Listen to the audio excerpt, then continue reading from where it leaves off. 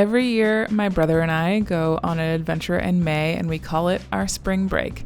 This year, we decided to ride the Pacific Coast Highway. The Pacific Coast Highway is a 1,600-mile route from San Diego to Seattle along the west coast of the United States. The most popular part of this route is Highway 1 along the California coast, classified as an all-American road.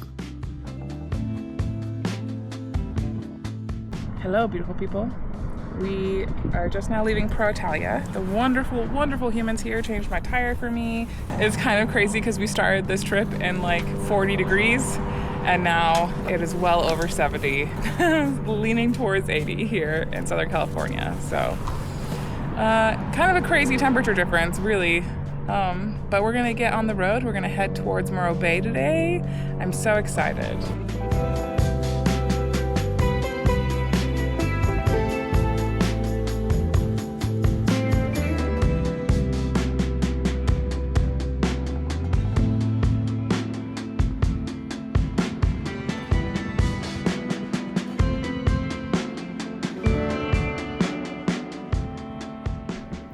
A few years ago, I tried to ride the whole Pacific Coast Highway from San Diego to Seattle, but I didn't quite make it all the way to the end.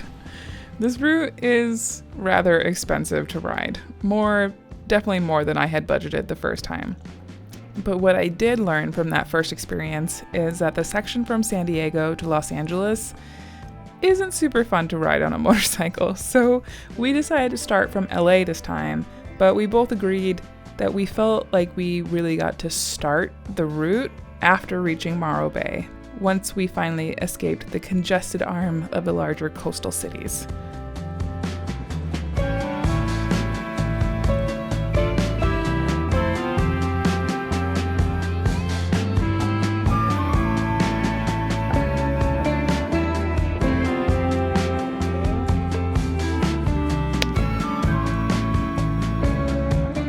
Morro Bay is dominated by the landmark of Morro Rock, an extinct volcanic cone about 23 million years old, which dominates the skyline of the bay at 576 feet high.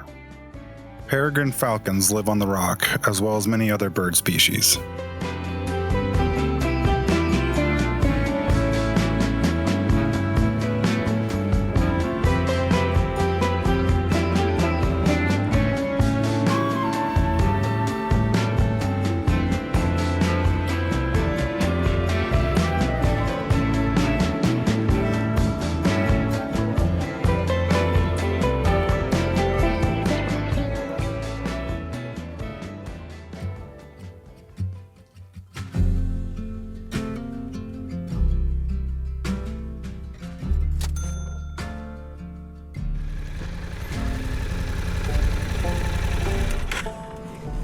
Well, welcome to home for the night. We rolled into Hurst San Simeon State Park right as the sun was going down and got busy setting up camp. Speaking of camp, this series was made possible by Moto Camp Nerd. I've been loving my upgraded MSR Hubba Hubba bike pack tent, and the increased living space has felt very luxurious.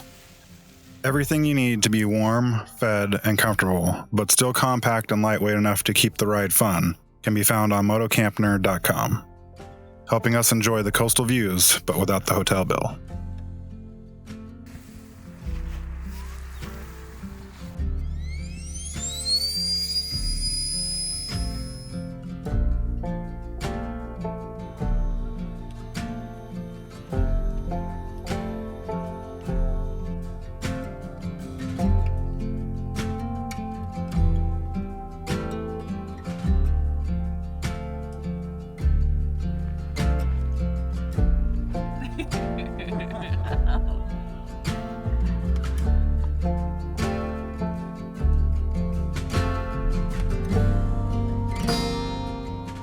Some of you who've been around for a long time know that I made a hygiene on the road video quite a few years ago. I still get comments on that video, and some women told me at Overland Expo that they couldn't believe my whole toiletry kit was so small. So I thought it would be fun to do a mini updated tour, starting off with my tiny hiker hairbrush from Chicken Tramper Gear, It's just the right size to fit into this kit. I also have a Matador soap bag with a bar of Dr. Bronner soap. I get my shampoo bars from Lush and keep them in the little tins. These tiny deodorants from Humble are the perfect size for the road and don't have aluminum in them. I recently switched from the Quip to the Suri rechargeable electric toothbrush. Sometimes I carry Toothpaste Tabs and sometimes I carry the travel toothpaste. I swear by the little tins of salve because my hands get so cracked when it's cold, it's crazy. I'm also a big fan of the Badger mineral sunscreen, just for the lack of explosions. Not pictured here, but I also carry a Kula cloth, and I have Sea to Summit wilderness wipes in my toiletry kit as well, so that I can wipe my face and my hands, maybe my armpits and my feet before I put my pajamas on at night, so I don't feel quite so grody climbing into my sleeping bag. Speaking of sleeping bags, I did mention in the last episode that Gary and I both got new sleeping bags and sleeping pads for this trip. This is my new Comfort 15 sleeping bag from Xped, and I love it because it's nice and toasty for cold sleepers like me, but like Gary's famous Dreamwalker sleeping bag, I can open up 2 armholes, and I can open up the foot box, and I could, if I wanted to, walk around camp. Maybe not as nicely as the Dreamwalker, but the option is still there, and our neighbors actually noticed me while I was recording this bit and came over to write down the details of the sleeping bag because they all wanted one after watching me do this little dance. We'll talk about sleeping pads more a little bit later, but for now, it is breakfast time.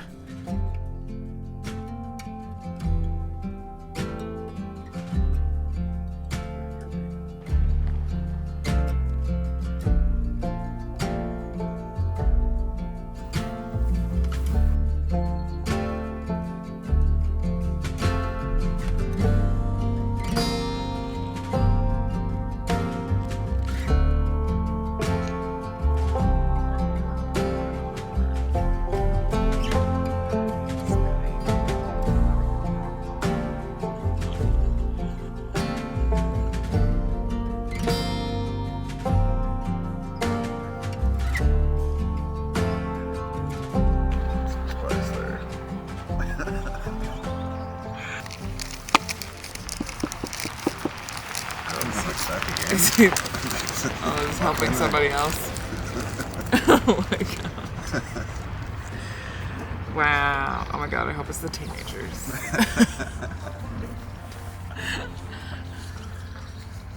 Damn, that was fast. I was making some money this morning. I wonder if he just sets up outside the campground on the weekends and just waits.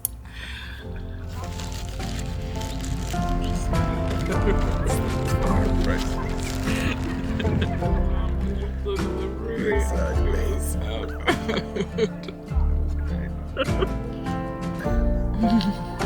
oh no.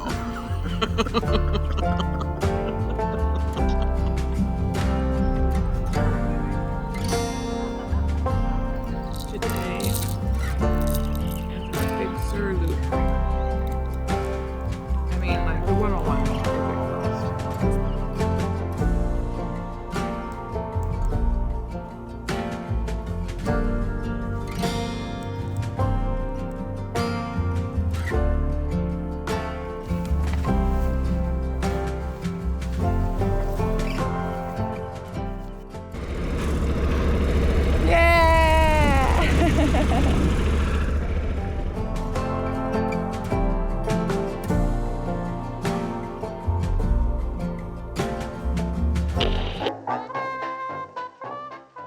William Randolph Hearst was a media mogul who built a literal castle spanning 127 acres in the hills perched in the Santa Lucia Range.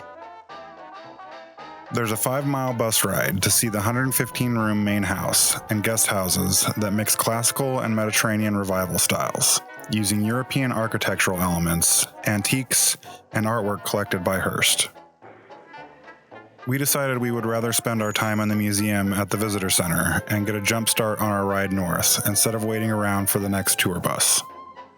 If you're interested in learning more about how Hearst affected our modern media landscape, I highly recommend the documentary Citizen Hearst, which you can watch on pbs.org.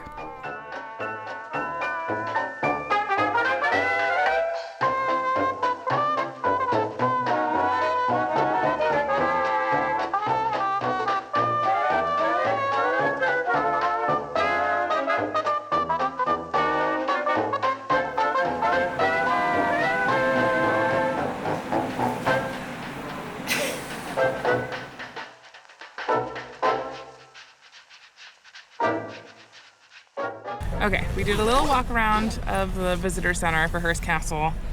I didn't really want to take the 2 hours that it would take to take the bus up to the castle because we have a mission today. As most people probably know, there's a section of Highway 1 that has been closed for a very long time. What that means for us is because we camped at San Simeon last night, we're going to head south now and go on a little detour around the closure and then back down south. Wish us luck. No idea if we're going to find a campsite tonight. We're going to find out together.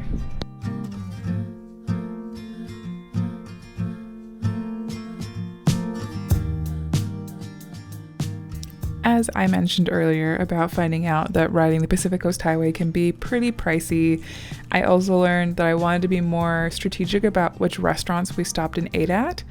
And we rode through this little town of Cambria, California on our way back to the 101. And there were quite a few cute little restaurants, but they were packed. So we stopped at the Cookie Crock Market and went inside and got ourselves some cheese and this roast chicken, an avocado, and some tortillas, all for under $20, and sat and made our little lunch in the parking lot here. And it was, well, more than enough food for the both of us for lunch, and we ended up being able to take those tortillas on for more lunches in the future. So I always like knowing how much money other people are spending on their trips, so I have an idea of how much it would cost for me to do that kind of trip. So I hope that you appreciate these little insights into our budget.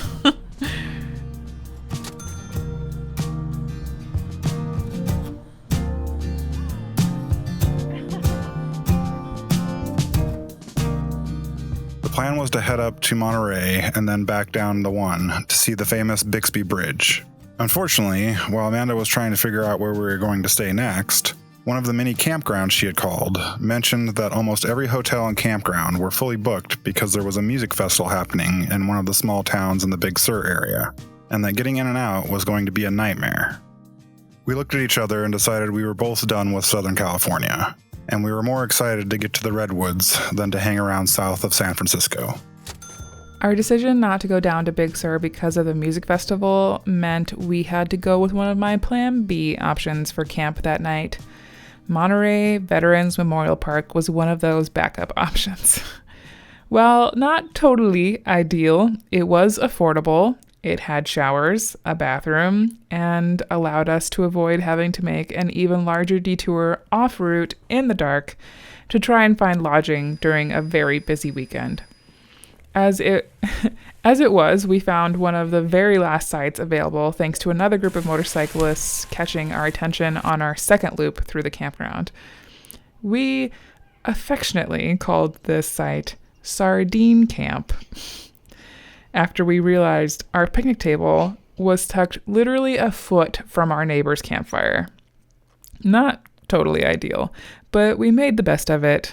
We made dinner and went to bed with earplugs firmly placed in our ears and got some sleep.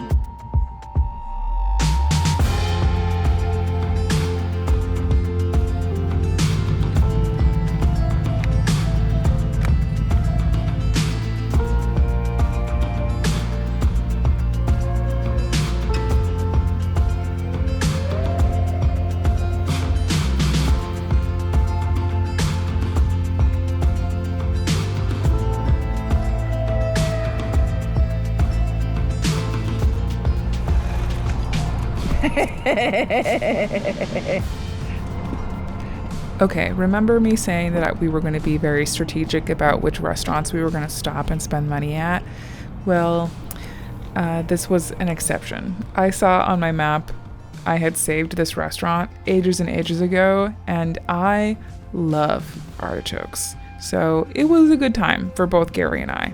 I would rate it like a 4 out of 5 if you really like artichokes. If you're a meh on artichokes, it's probably like a 3.5 out of 5. It was a fun experience though.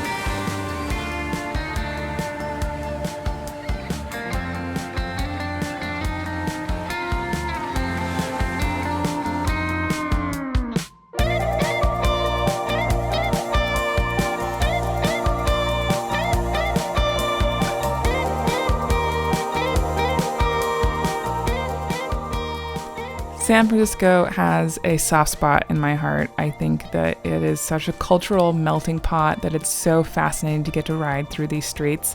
And the Golden Gate Bridge is also just an iconic part of the Pacific Coast Highway, and I recommend getting to ride across it at least once. It is just such a marvel of engineering, and it was super special to me to get to experience riding across with my brother and getting to sit at the foot of the bridge and take in the view of the San Francisco Bay with him is a memory that I am going to hold close to my heart forever.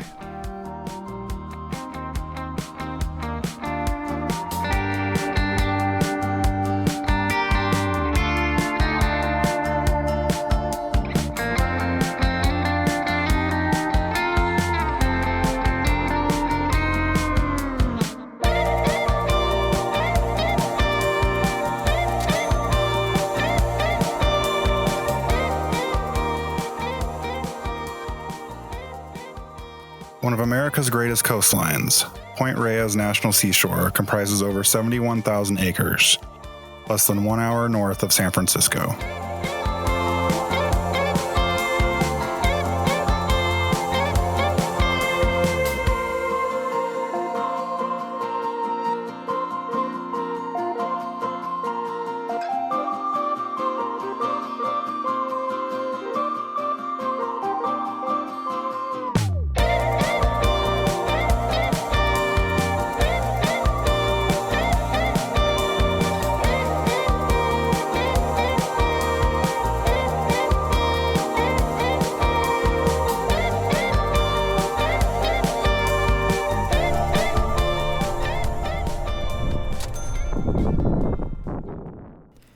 It was about this point that I started to wonder if we were having a string of bad luck, because despite my best efforts looking at the map, thinking that I had found a campsite that would be protected from the coastal wind, this somehow was the most windy site of the whole trip.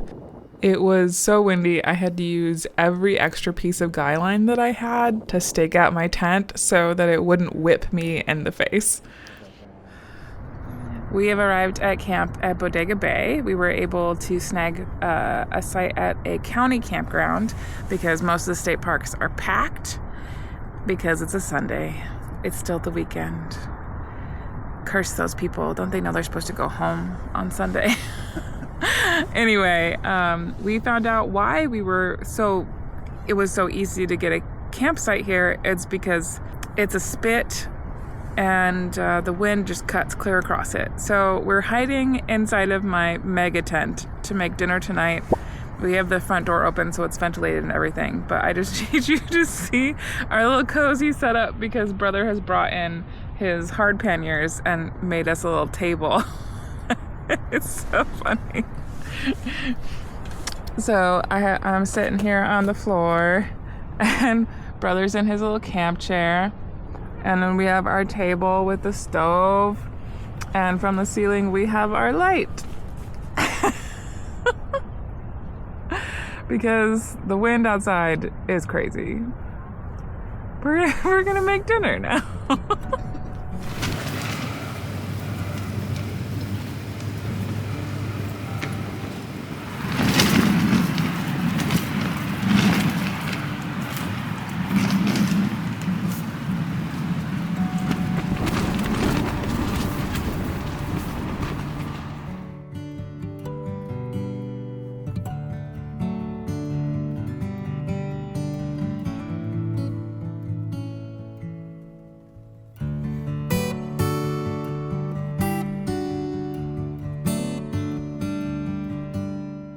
While this campsite was a little rough with the wind, I did get to do a lot of bird watching in the morning before we packed up.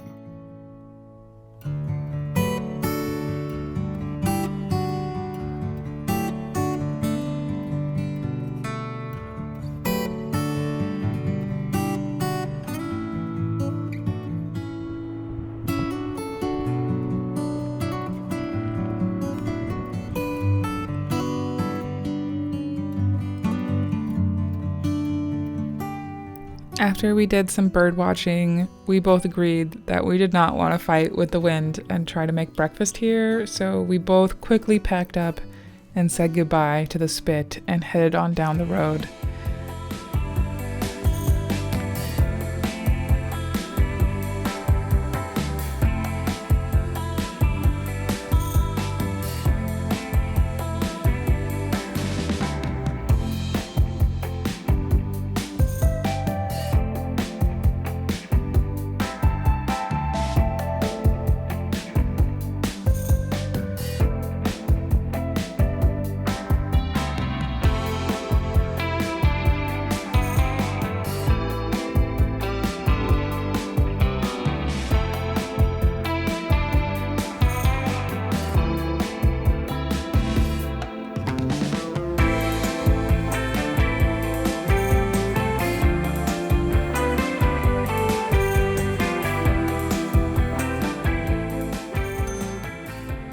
Luckily, the state park that I had hoped we were going to find a site at has a day use area and is very nicely protected from the wind.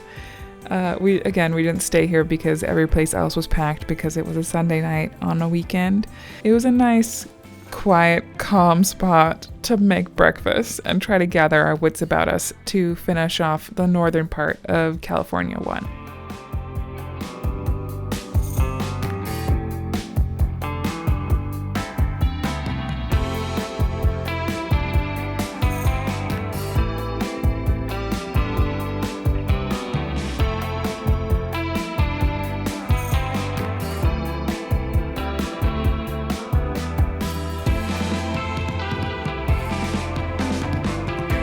Riding along the western coast of the US, especially in the more remote parts, I think the section from San Francisco to the Redwoods and then the Oregon section of the route are still my favorite because they're the least congested parts of the Pacific Coast Highway, but I also don't want to sugarcoat it.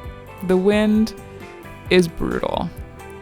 I'm not trying to beat a dead horse here, but I think it's important to say you're gonna be battling the wind a lot, and it's better to be mentally prepared for it than go in with rose-colored glasses. So after traversing the coastal road of California for the last few days, when we got to be surrounded by trees again, it felt like a big blanket of calm just wrapped us up, and we were just so happy to be out of the wind and surrounded by trees.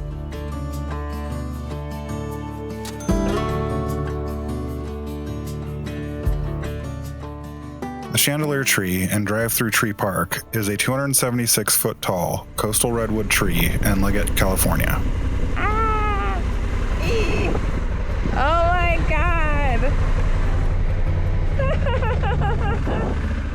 A 6-foot 9-inch high hole, cut through its 16-foot diameter base, allows a car to drive through.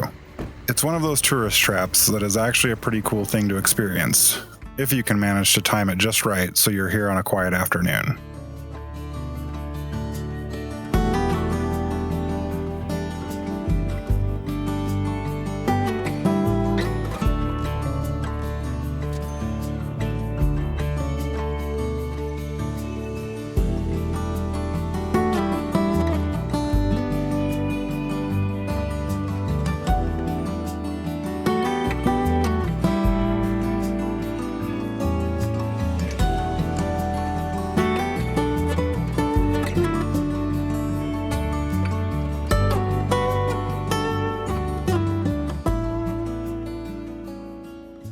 Welcome to home for the night. We managed to snag a campsite here inside the Redwood National Park / State Park system. So that's super exciting.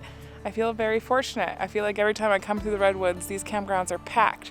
So I feel very lucky right now. And also that it's not windy like our last campsite. So I feel like I'm asleep way better. We finished what was left of California Highway 1, and we're officially on 101 for the rest of this trip. So, forest camping is the superior form of camping. Forest riding apparently too. Yeah. I don't know why, but I felt so much more comfortable on the twisties going here than I did over on the coast. Yes. I don't know if it's just because I'm getting used to how the bike corners now, or if it was the forest. I think it's the trees. What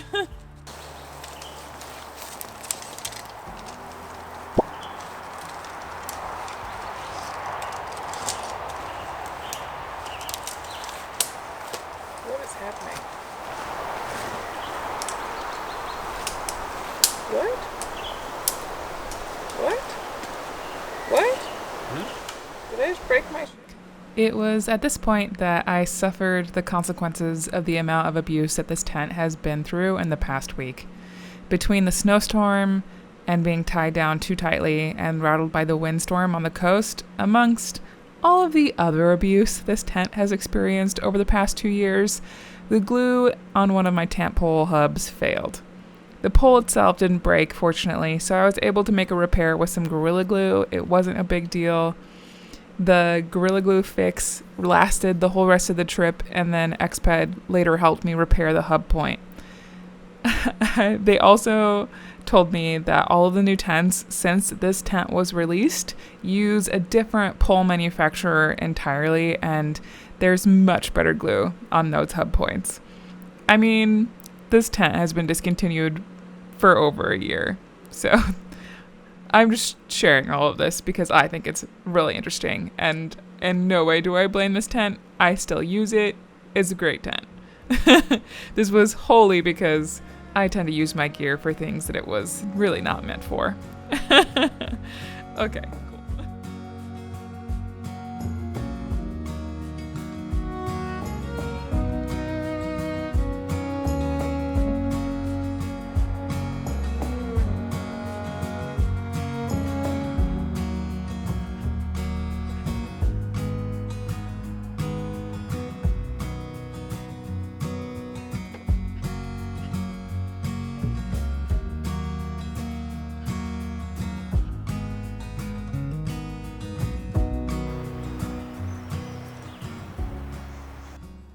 Between all the tent pole excitement and waiting for glue to dry, I didn't get to tell you about our new sleeping pads before.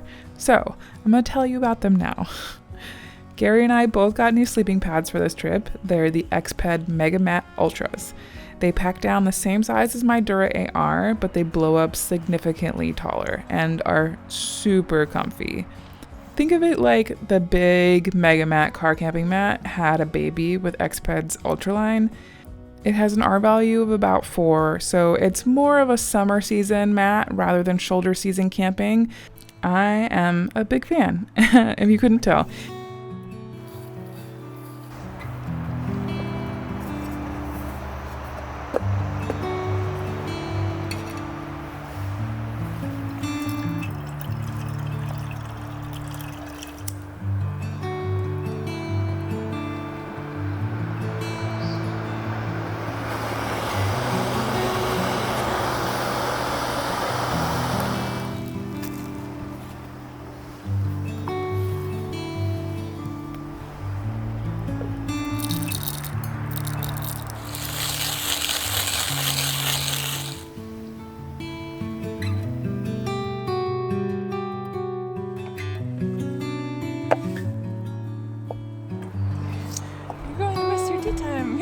goodness. I wonder what happened to that clock. I don't know.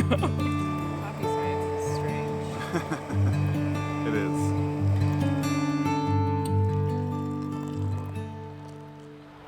Hello. Good morning.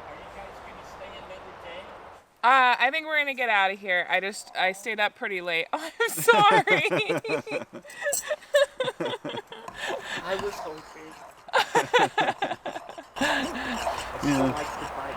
Yeah. Brothers V-Strom is brand new. I had a BMW before I got that.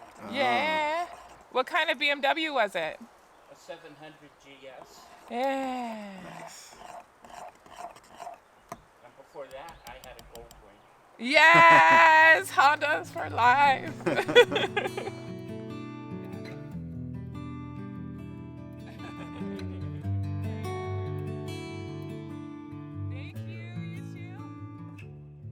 Good morning, beautiful people, from our little campsite in the Redwoods, and I love this place very, very much. It is so calming and nice, and it might be blasphemy, but I am so relieved to not be on the coast anymore, or at least for today. Today will be fairly inland as we follow like Avenue of the Giants and go through the Redwoods National Park / state parks. And but tonight we'll be back on the coast again. We'll be at a state park outside of Brookings, Oregon that I've stayed at before and is pretty protected. It wasn't very windy. I picked a site that's a little bit deeper in, so we should be well protected from any coastal winds. Yeah, our night on the spit was very loud and very windy. I had to stake out my tent like pretty dramatically to keep the tent from flapping.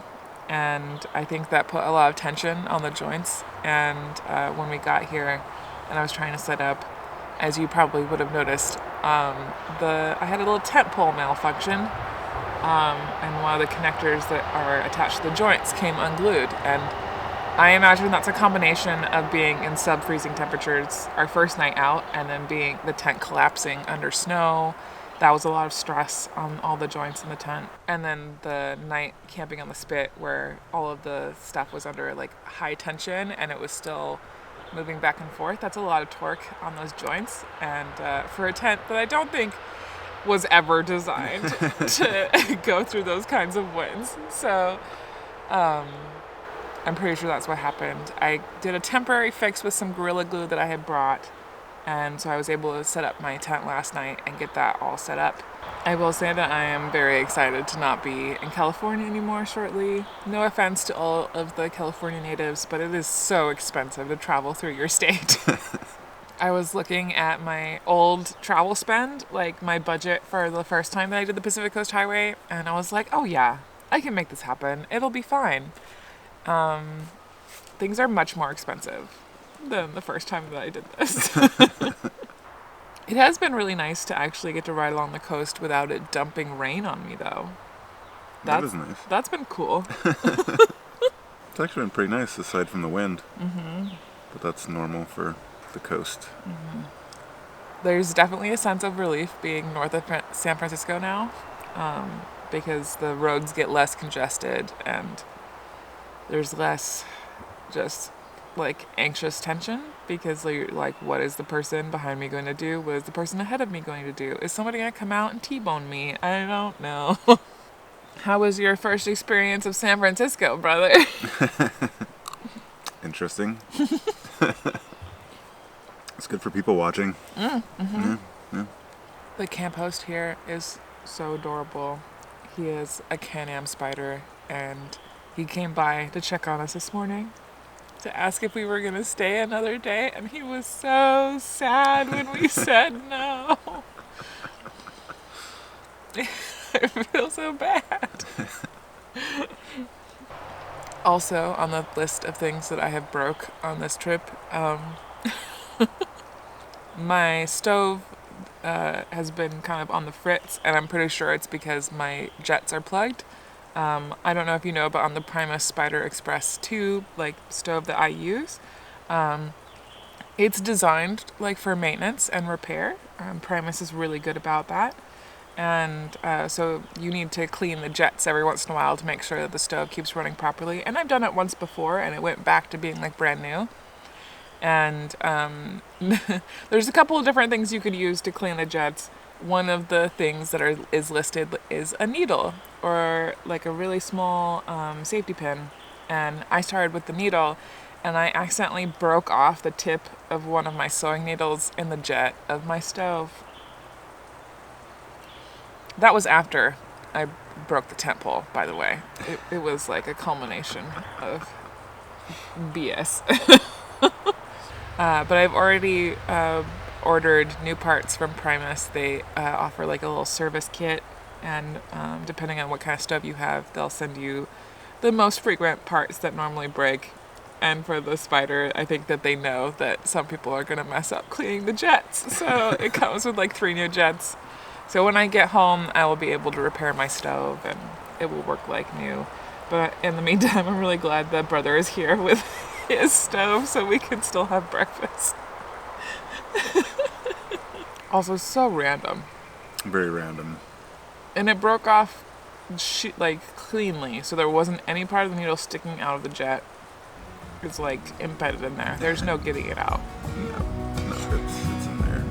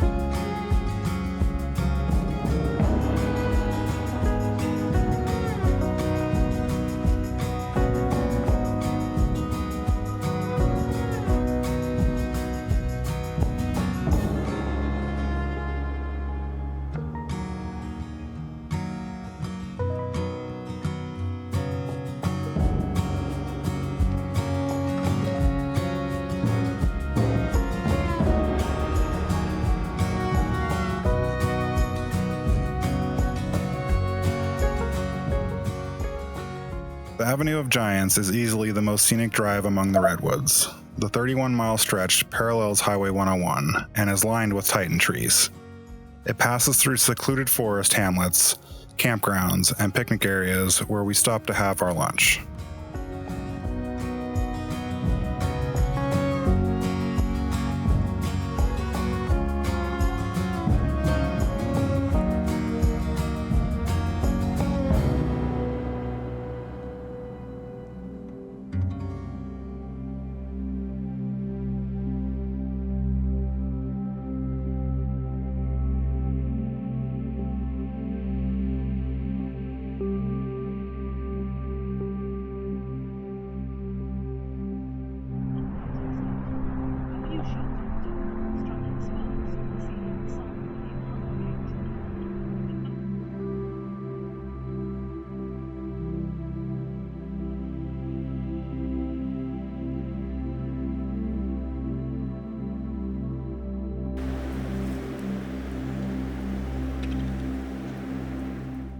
This is quite possibly the most picturesque spot I have made lunch ever.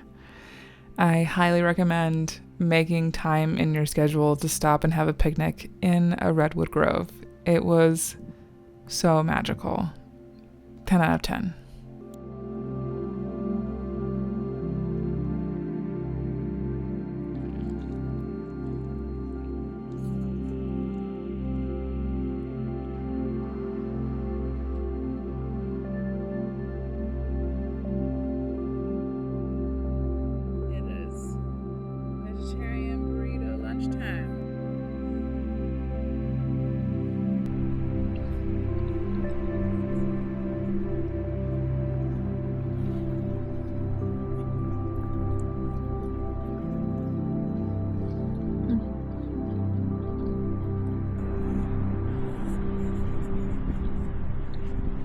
Here, sown by the Creator's hand, in serried ranks, the Redwoods stand.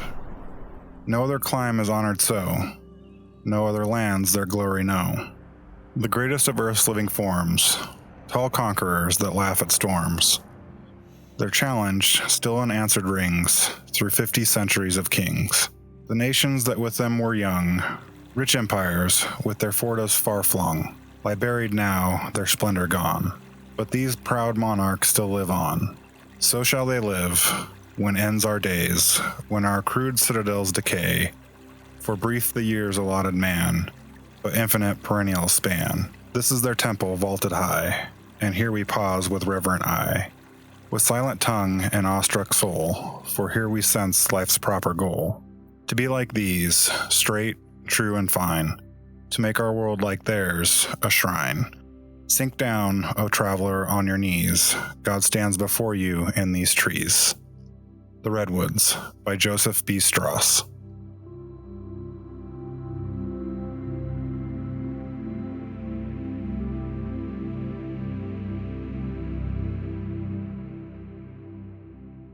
Humboldt Redwood State Park is also home to the first recreational vehicle, the travel log, built in 1917.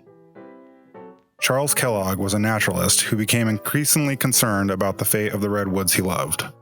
National Public Radio tells the story.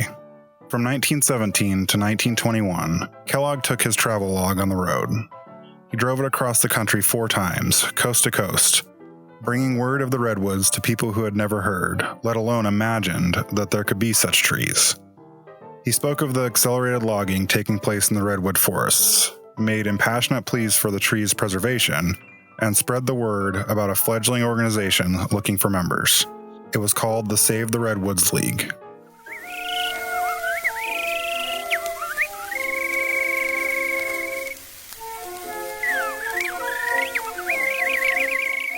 And thus concludes our time in the Redwoods. It is now the making of the miles. We have 3 hours between us and the campsite that I already reserved for tonight, and that's fine. We're going to be setting up in the dark. What else is new? I don't know. We were enjoying our time. That's what I'm going to say. We ended our time on the California section of the Pacific Coast Highway doing a lot of highway miles to get from the Redwoods to the Oregon state border so we could start the Oregon part of this trip. I hope that you guys have enjoyed this mega episode of the California section of the Pacific Coast Highway. Question for my answering crew is a 2-parter. 1, if you have ridden the Big Sur section of California 1, I would love to know if you think it is overrated or not. And if you have any stories from the Pacific Coast Highway, I would love to know. Part 2 of this question is for people who have not gotten to ride the Pacific Coast Highway. I'm starting to wonder if you agree. Do you think that our campsites on this trip were just cursed, or was it just bad timing? I don't know. I kind of think that they were cursed, except for the one in the Redwoods. I feel like that was a blessing, and we were getting rewarded for all of our suffering. Self-induced suffering, but still. Okay, I'll talk to you guys later. Bye. Welcome to home for the night. We snagged a campground. We snagged a campground. It all belongs to us.